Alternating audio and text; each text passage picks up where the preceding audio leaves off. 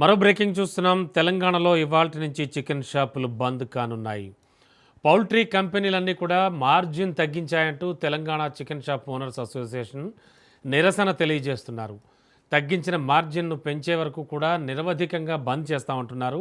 So ఇవాల్టి నుంచి తెలంగాణలో చికెన్ షాపులు బంద్ చికెన్ ప్రియులందరికీ కూడా ఒక బాధ కలిగించేటువంటి అంశంగా భావించాలి. Telangana chicken shop owners association నిరసన తెలుపుతుంది. తగ్గిన మార్జిన్ను పెంచే వరకు కూడా నిరవధికంగా బంద్ చేయబోతున్నాం తెలంగాణ వ్యాప్తంగా ఉన్న చికెన్ షాపులన్నీ అని కూడా తెలియజేస్తూ ఉన్నారు. ఇక Telangana chicken shop owners association ఈ విషయంపై నిరసన వ్యక్తం చేస్తూ ఉన్నారు. సో ఇవాల్టి నుంచి కూడా చికెన్ షాపులన్నీ కూడా బంద్ కానున్నాయి తెలంగాణలో.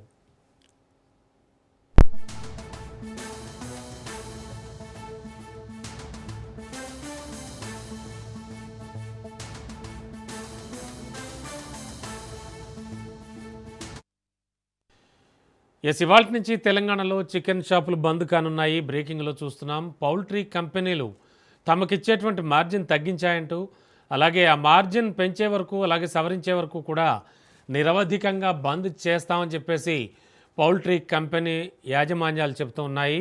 వాళ్ళంతా కూడా ఇదే అంశానికి సంబంధించి నిరసన వ్యక్తం చేస్తున్నారు.